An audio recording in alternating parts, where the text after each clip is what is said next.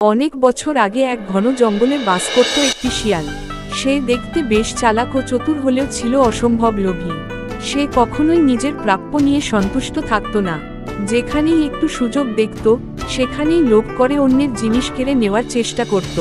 তারপর বাঘ শিকার ধরে রেখে কিছু সময়ের জন্য চলে গেলে তখন শিয়াল ওরে বাবা, একটা গোটা ছাগল চাই তবে। কি স্বাদ, মরে খাই তবে। বাঘ শিকারের কাছে আসতে থাকে, তখন শিয়াল প্রাণপণে সেখান থেকে দৌড়ে পালাতে থাকে।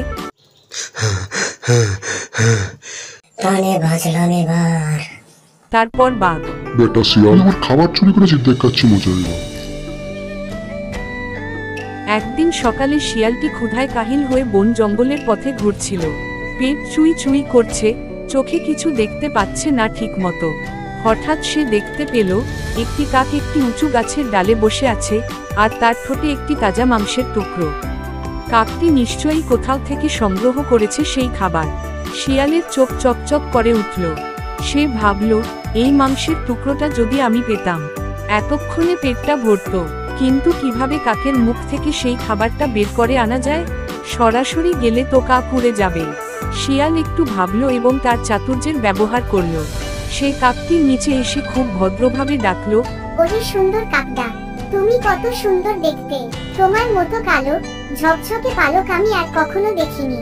তুমি যদি একটু গান গেয়ে শোনাও, তাহলে আজকের দিনটা আমার জীবনের শ্রেষ্ঠ দিন হবে। কাকটি শিয়ালের মুখে এত প্রশংসা শুনে খুব খুশি হয়ে গেল। কাকেরা সাধারণত খুব আত্মগর্বী হয়। সে ভাবল, আমি তো সত্যিই খুব ভালো গাই। এত করে যখন বলছে, একটু শুনিয়ে দিই। তখন কাক মুখ খুলে গান গাওয়ার চেষ্টা করতেই তার মুখ থেকে মাংসের টুকরোটি মাটিতে পড়ে গেল।